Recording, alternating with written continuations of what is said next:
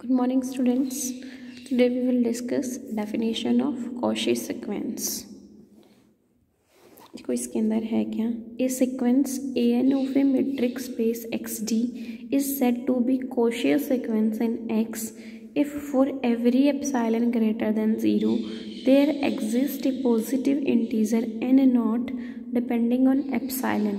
ये कहता है कि हमारे पास इस एप्सिलॉन पे डिपेंड करता हुआ एक पॉजिटिव इंटीजर एन नोट ऐसा एग्जिस्ट करना चाहिए such that D of A N A M is less than epsilon whenever N M is greater than N note.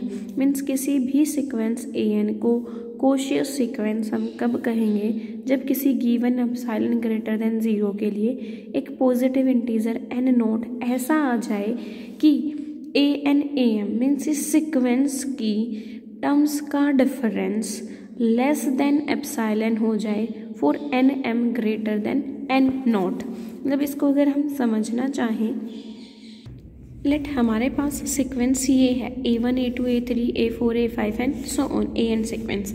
अब इस सीक्वेंस को हम कोशी सीक्वेंस कब कहेंगे, अगर हम एप्सिलॉन चूज कर लेते हैं 0.1 और उसके लिए एन नोट एक नंबर मेरे पास 10 एग्जिस्ट कर गया. अब इस एग्जिस्टेंस का मीनिंग क्या है कि इस 10 के बाद सीक्वेंस का मैं कोई भी नंबर उठा लूँ, जैसे 11 उठाया मैंने 15 उठाया, तो इन टर्म्स का डिफरेंस एप्सिलॉन से लेस होना चाहिए. 10 के बाद की हर कोई भी 2 टर्म उठाएं तो उनका डिफरेंस इस एप्सिलॉन नंबर से लेस होना चाहिए. अगर ये कंडीशन होल्ड करती है तब हम अपनी सीक्वेंस ए एन को कोशियस सीक्वेंस बोलते हैं. मतलब एक तरीके से ध्यान रखना है कि स्टार्टिंग के कुछ फाइनाइट टर्म्स को छोड़ के आगे की सारी टर्म्स का डिफरेंस अगर एप्सिलॉन नंबर से लेस है तो गिवन सीक्वेंस कोशी सीक्वेंस बनेगी.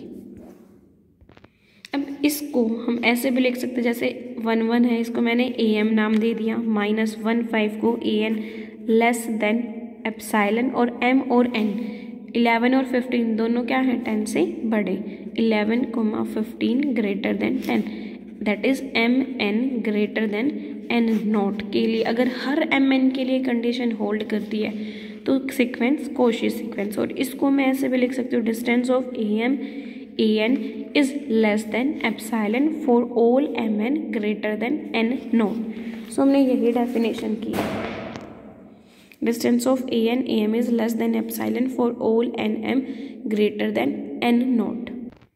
Next definition करेंगे complete metric space. A metric space is said to be complete if every Cauchy sequence of points in X converges to a point in X. ये कहता है कि किसी भी metric space XT को complete हम कब कहेंगे, जब उस space की हर Cauchy sequence कन्वर्ज करे x के ही पॉइंट को, then space is said to be complete metric space. Means space की हर कोशी सीक्वेंस कन्वर्जेंट हो और वो कन्वर्ज करे स्पेस के ही पॉइंट को, तब हमारे पास हमारा मेट्रिक स्पेस कंप्लीट कहलाएगा. नेक्स्ट अब हम थ्योरम डिस्कस करते हैं 8.15. Every compact metric space is complete. हमें प्रूव करना है कि हर कॉम्पैक्ट या फिर हर सिक्वेंशियली कॉम्पैक्ट मेट्रिक स्पेस कैसा होगा, कंप्लीट. अब हमें यहाँ पे स्पेस को कंप्लीट शो करना है. दैट मीन्स हम यहाँ पे क्या करेंगे कि स्पेस की हर कोशी सीक्वेंस को कन्वर्जेंट दिखाएंगे और वो कन्वर्ज स्पेस के पॉइंट को ही करेगी. इसके लिए हमने XD एक कॉम्पैक्ट मेट्रिक स्पेस लिया. स्पेस अगर कॉम्पैक्ट है तो वो सिक्वेंशियली कॉम्पैक्ट भी जरूर होगा. इसके बाद AN हमने कोशियस सीक्वेंस कंसिडर की X की, देन AN. अब स्पेस कैसा है, सिक्वेंशियली कॉम्पैक्ट. अगर स्पेस सिक्वेंशियली कॉम्पैक्ट है तो उसकी हर सीक्वेंस के पास एक कन्वर्जेंट सब सीक्वेंस जरूर रहेगी by definition of sequentially compact. So AN X के अंदर एक सीक्वेंस है, so by definition of sequentially compact AN has a convergent subsequence AN के, और हम मान के चलते कि ये सब सीक्वेंस किसी पॉइंट A को कन्वर्ज करती है. अब हम ये शो करके दिखाएंगे कि हमने जो AN ये कोशियस सीक्वेंस ली है ये भी इसी A पॉइंट को कन्वर्ज करेगी, जहाँ पे A X का ही पॉइंट है. अब इसके लिए इसने क्या किया, एप्सिलॉन हमने कंसिडर किया ग्रेटर देन 0 कोई भी नंबर। अब an अगर कोशिश सीक्वेंस है, सो बाय डेफिनेशन ऑफ कोशिश sequence for given epsilon greater than 0 हमारे पास n नोट ऐसा एग्जिस्ट करेगा such that distance of an is less than epsilon by 2 for all mn greater than n note. कोशिश sequence की हमने यहाँ पे definition use कर ली। नेक्स्ट हमारे पास ये सब सीक्वेंस an के a को कन्वर्ज करती थी। अगर an के a को कन्वर्ज करती है तो इस सीक्वेंस सब सीक्वेंस के कुछ स्टार्टिंग के पॉइंट्स को छोड़ के बाकी सारे पॉइंट्स की इस a पॉइंट से डिस्टेंस किसी नंबर एप्सिलॉन से लेस होगी। सो डी ऑफ an के comma a is less than epsilon by 2 for all k greater than k naught. Means k naught को अगर हम कुछ भी फिक्स मान लेना 5 या 10 मान लिया तो पहली 10 टर्म को जोड़ के उसके बाद की सारी टर्म्स का डिफरेंस इस a पॉइंट से डिफरेंस जो देखेंगे वो एप्सिलॉन बाय 2 से छोटा बनेगा। अब नेक्स्ट हमने क्या किया, हमने एक k1 नंबर चूज़ किया है k नोट से बड़ा, choose k1 greater than k note, और k1 को k नोट से ग्रेटर इस तरीके से चूज़ किया है कि हमारा nk1 भी nk नोट से ग्रेटर आए। अब देखो ये वाली कंडीशन हर mn के लिए होल्ड करती थी जो n नोट से बड़ा है, n नोट से बड़े हर नंबर के लिए होल्ड करती है, तो nk1 n नोट से बड़ा है तो ये कंडीशन nk1 के लिए भी होल्ड करेगी। सो नेक्स्ट लाइन हमने यही लिखी है और यहाँ पे k1 ग्रेटर है k नोट से, ये कंडीशन हर k के लिए होल्ड करती है जो k नोट से बड़ा है, तो k1 k नोट से बड़ा, तो ये वाली कंडीशन k1 के लिए होल्ड करेगी और ये कंडीशन nk1 के लिए होल्ड करेगी। तो इन्हीं दोनों कंडीशन को हम k1 और nk1 पे भी लिख सकते हैं। सो क्या किया, डी ऑफ an के is less than epsilon by 2 for all n greater than n के। m और n को रिप्लेस कर दिया, m को n से और n को n के से। ऐसे ही इसके अंदर n के को n के 1 से रिप्लेस कर दिया। डिस्टेंस ऑफ an के and a is less than epsilon by 2।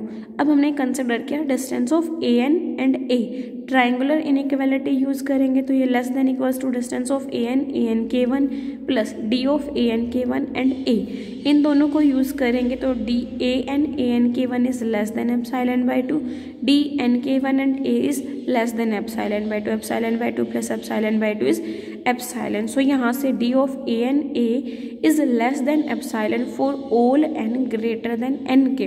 Means यहाँ पे an पॉइंट्स की a से डिस्टेंस लेस देन एप्सिलॉन आ गई हर n के लिए जो nk से बड़ा है।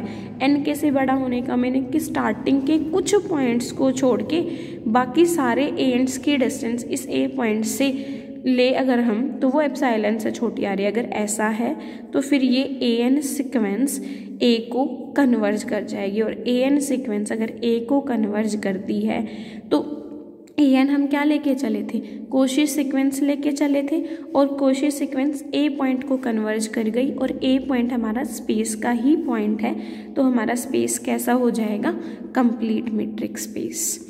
नेक्स्ट थ्योरम हमारी है every compact metric space is totally bounded. अब हमें शो करना है कि हर compact metric space totally bounded आए।